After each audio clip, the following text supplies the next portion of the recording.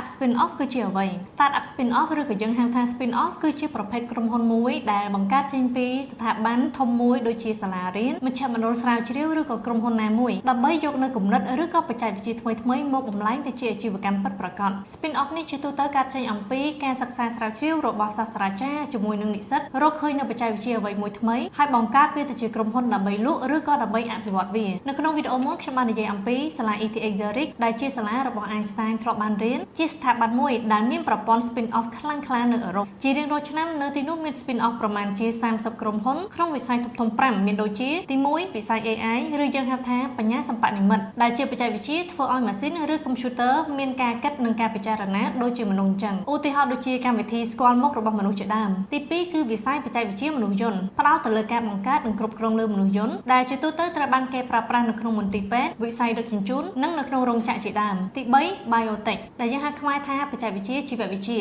ការសិក្សាអំពី DNA កោសិកាមេរោគរុក្ខជាតិផ្សេងៗដើម្បីផលិតបានទៅជាវ៉ាក់សាំងថ្នាំពេទ្យឬផលិតផលវេជ្ជសាស្ត្រទី4នោះគឺ Clean Energy ដែលយើងអាចប្រែថាថាមពលស្អាតឬក៏ថាមពលបៃតងវាជាប្រភេទថាមពលដែលមិនបំពុលបរិស្ថានឬក៏បញ្ចេញកាបូនទាបឧទាហរណ៍ដូចជាថាមពលពន្លឺព្រះអាទិត្យខ្យល់អគ្គិសនីពីទឹកជាដើមទី5នោះគឺ FinTech ដែលយើងអាចប្រែជាភាសាខ្មែរគឺបច្ចេកវិទ្យាហិរញ្ញវត្ថុជាទូទៅគេប្រាប់បច្ចេកវិទ្យាហិរញ្ញវត្ថុនេះនៅតាមធនាគារដូចជាការបង្កើតនៅ Mobile Banking ការទូទាត់ទៅតាម QR Code ឬក៏ Cryptocurrency App ជាដើមជាធម្មតាគេតែងតែកាត់ spin off ចេញពីស្ថាប័នធំរបស់គេគោលបំណងនោះគឺដើម្បីផ្ដោតជាក់លាក់ទៅលើគម្រោងមួយនោះផ្ទាល់ងាយស្រួលនៅក្នុងការស្វែងរកវិនិយោគទុនហើយក៏ងាយស្រួលនៅក្នុងការពង្រីកនិងអភិវឌ្ឍផងដែរអញ្ចឹងសួរថាតើ spin off នេះរកលុយដោយរបៀបម៉េចជាទូទៅ spin off អាចរកលុយបានតាមរយៈការចុះបានបតង់ការវិនិយោគពី venture capital ការលក់ផលិតផលឬក៏លក់អាជ្ញាប័ណ្ណទៅលើបច្ចេកវិទ្យាថ្មីដែលគេបានរកឃើញនឹងឬក៏គេអាចលក់ក្រុមហ៊ុនផ្ទាល់តែម្ដងមួយវិញទៀតនោះគឺគេអាចចូលទីផ្សារភាគហ៊ុនឬក៏យ៉ាងហៅថាចូល IPO